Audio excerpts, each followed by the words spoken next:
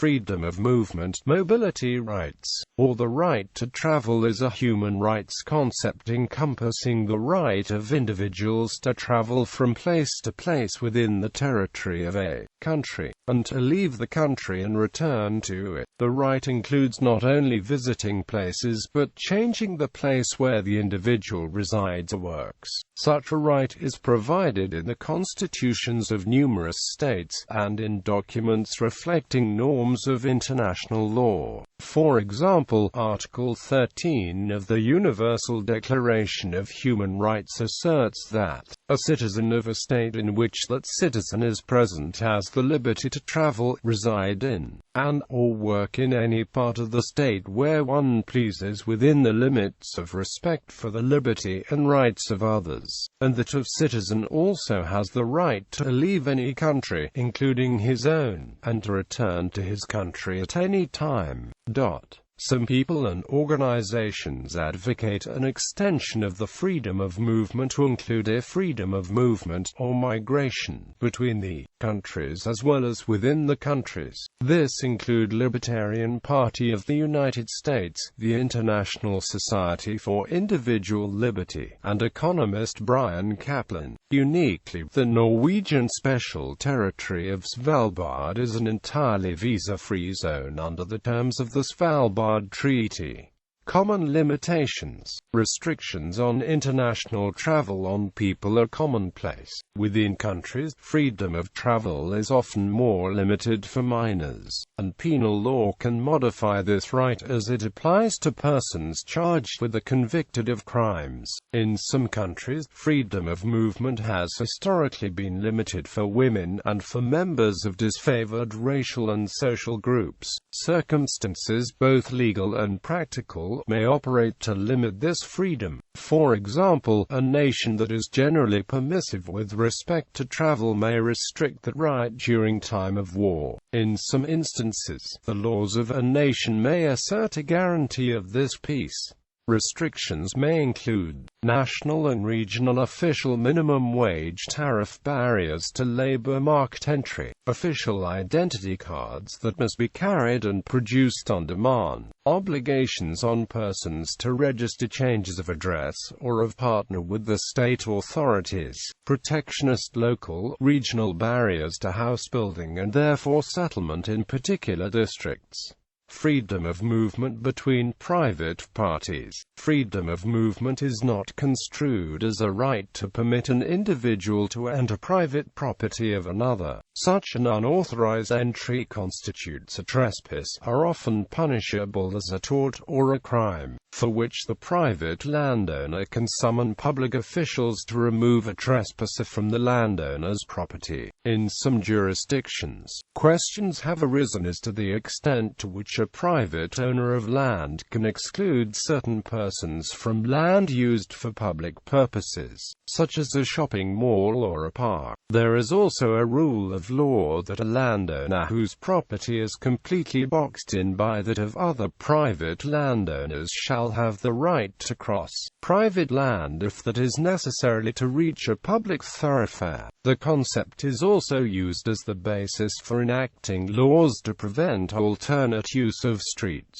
roads and right-of-ways from blocking or restricting freedom of movement, such as block parties and playing basketball. There is a converse duty for a private person not to impede the free movement of another. Where a person prevents another from freely leaving an area, either by physically imprisoning them or by threats, that person may be subject to a lawsuit for false imprisonment, and to criminal charges for kidnapping. Parents or other legal guardians are typically able to restrict the movements of minor children under the care and of other adults who have been legally deemed incompetent to govern their own movement. Employers may legally set some restrictions on the movements of employees, and terminate employment if those restrictions are breached. Permissible government restrictions. Governments may generally sharply restrict the freedom of movement of persons who have been convicted of crime. crimes, most conspicuously in the context of imprisonment. Restrictions may also be placed on convicted criminals who are on probation or have been released on parole. Persons who have been charged with crimes and have been released on bail may also be prohibited from traveling. A material witness may also be denied the right to travel. Governments sometimes also restrict access to disaster-stricken areas, or to places where public health threats exist. Where an individual presents a health threat due to infection with a contagious disease, the government may quarantine that person, restricting their movement for the safety of others. In a child custody dispute, a court may place restrictions on the movement of a minor child, thereby restricting the ability of the parents of the child to travel with their child. Entrance restrictions in certain countries. The Visa Restrictions Index ranks countries based on the number of other countries its citizens are free to enter without visa. Exit restrictions in certain countries. Most countries require that the citizens leave the country on a valid passport, travel document issued by an international organization, or in some cases, identification document. Conditions of issuance and the government's authority to deny issuance of a passport vary from country to country. Under certain circumstances, countries may issue travel documents to aliens, that is, to persons other than their own citizens. Having a passport issued does not guarantee the right to exit the country. A person may be prohibited to exit a country on a number of reasons, such as being under investigation as a suspect, serving a criminal sentence, being a debtor in default, or posing a threat to national security.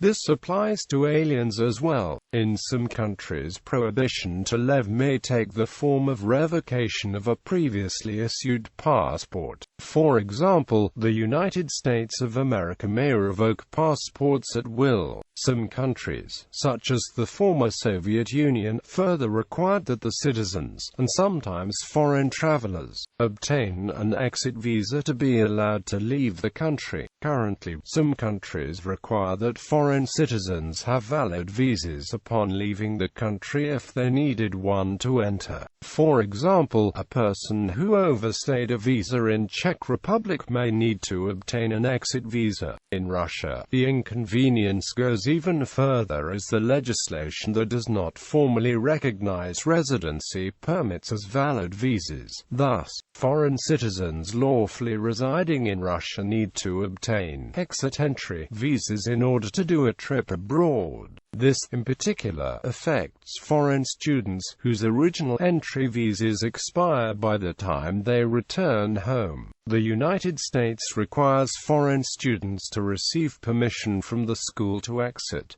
This is done by official signature on an I-20 form. Without the signature, the student will not be allowed to exit or re-enter. Citizens of the People's Republic of China who are residents of the mainland are required to apply for exit and entry endorsements in order to enter. The special administrative regions of Hong Kong and Macau, Saudi Arabia and Qatar require all resident foreigners, but not citizens, to obtain an exit visa before leaving the kingdom. Sometimes restrictions are placed on leaving that is specific to the intended destination. In the United States, travel to Cuba is restricted with the apparent goal of putting pressure on Cuba by denying it income from American travelers. Residence restriction. Despite the fact that you may be able to travel to and return from other countries, most governments still restrict the number of days you are allowed to stay in the country. The amount of days you are allowed to stay depends on the country you are a citizen of and the country you travel to. In some instances, indefinite stay may be allowed, but in most other cases, stay is generally limited to a few months.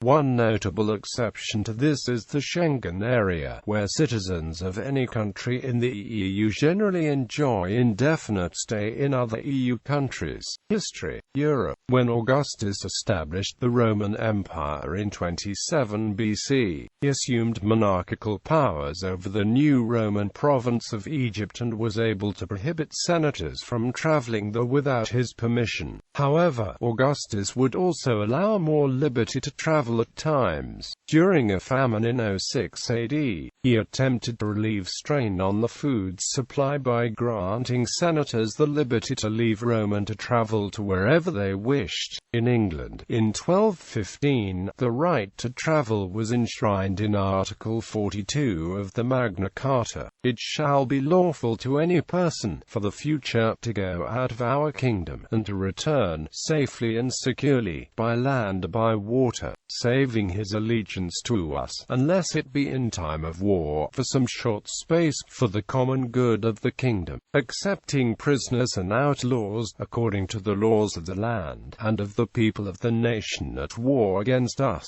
and merchants who shall be treated as it is said above. In the Holy Roman Empire, a measure instituted by Joseph II in 1781 had permitted serfs freedom of movement. The serfs of Russia were not given the personal freedom until Alexander II's Edict of Emancipation of 1861. At the time, most of the inhabitants of Russia, not only the serfs but also townsmen and merchants, were deprived of freedom of movement and confined to the places of residence.